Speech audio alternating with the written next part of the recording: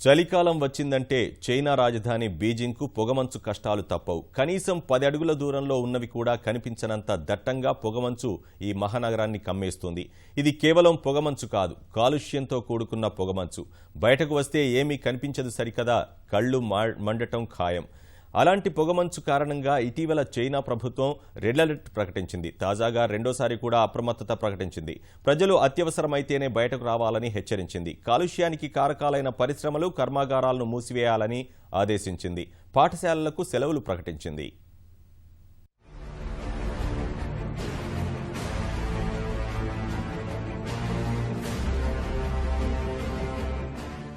కమ్ముకున్న కాలుష్య మేఘాలు, ప్రాణాలు తీస్తున్న ప్రాణవాయువు. బీజింగ్ కాలుష్యంలో కూరుకుపోయింది. మహానగరాల్లో అభివృద్ధి చిరునామాగా విరాజిల్లుతున్న చైనా రాజధాని ప్రపంచంలోనే అత్యంత కాలుష్యమయ నగరంగా నిలిచింది. అసలే కాలుష్యం, ఆపై చలికాలంతో పరిమితి దాటిన కాలుష్య కారకాలతో బీజింగ్ సాధారణ జనజీవనం స్తంభించింది.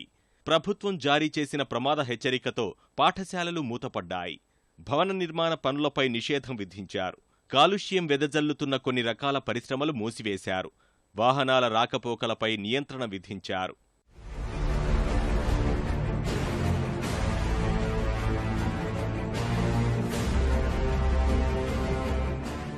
పరిమితులు దాటిన కాలుష్యం ప్రజల ఆరోగ్యంపై తీవ్ర ప్రభావం చూపుతోందని బీజింగ్ పర్యావరణ పరిరక్షణ విభాగం కొన్ని రోజులుగా హెచ్చరికలు జారీ చేస్తూనే ఉంది.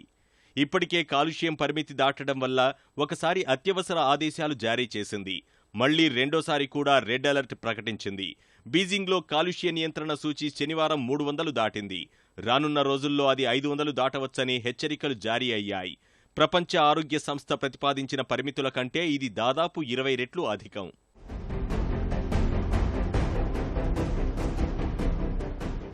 కాలుష్య భూతం మనిషి ప్రాణాలనే తీసేస్తోంది. శ్వాసకోశ వ్యాధులు దాడి చేస్తున్నాయి. ఆస్పత్రులు రోగులతో కిటకిటలాడుతున్నాయి. పొగమంచుకు తోడైన హానికర వాయువులతో పిల్లలు అల్లాడిపోతున్నారు. ఒత్తిడిమయమైన జీవితంతో ఉక్కిరిబిక్కిరవుతున్న చైనావాసిని కాలుష్యం ఊపిరి సలపనివ్వటం లేదు.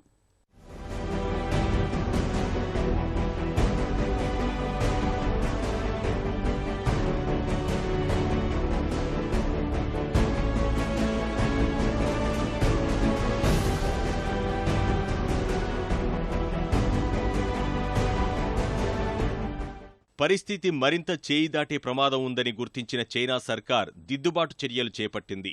2 ఏళ్ల క్రితం అమల్లోకి తెచ్చిన 4 దశల రెడ్ అలర్ట్ వ్యవస్థలోని మొదటి హెచ్చరిక జారీ చేసింది. నియంత్రణ చర్యలు చేపట్టింది. బేసి సరిసంఖ్యలతో కూడిన ప్లేట్లు ఉన్న వాహనాలు రోజు విడిచి రోజు రోడ్లపైకి అనుమతిస్తున్నారు. భారీ వాహనాలు సహా చెత్త తీసుకువెళ్లే వాహనాలు వీధుల్లోకి రాకుండా నిషేధం విధించారు. బాణాసంచా పేల్చరాదని స్పష్టమైన ఆదేశాలిచ్చారు.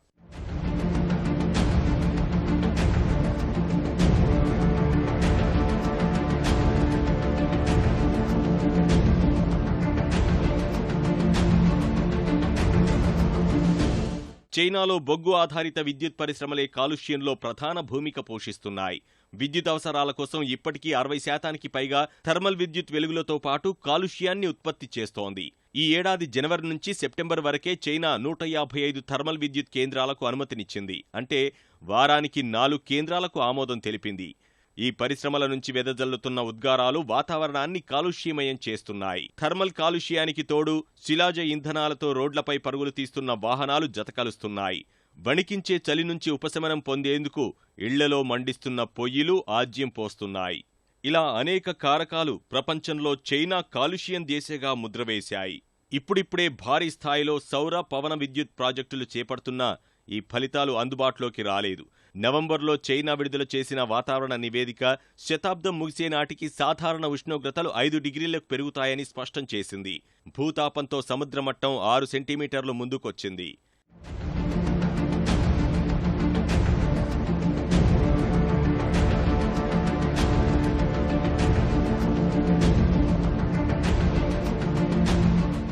చైనాలో 80% ప్రజలు కాలుష్యం బారిన పడుతున్నట్లు అమెరికాకు చెందిన ఓ స్వచ్ఛంద సంస్థ అధ్యయనంలో తేలింది. చైనా ప్రభుత్వం దేశవ్యాప్తంగా ఏర్పాటు చేసిన సెన్సార్లు కాలుష్య తీవ్రతను కళ్లకు కడుతున్నాయి. కార్బన్ డయాక్సైడ్, నైట్రోజన్ ఆక్సైడ్ ఇలా అనేక హానికర వాయువులు వాతావరణాన్ని కప్పేస్తున్నాయి. విషతుల్యమైన గాలితో రోజు 4000 మంది ప్రాణాలు కోల్పోతున్నారు. మొత్తం చైనా మృతుల్లో వీరు 17%.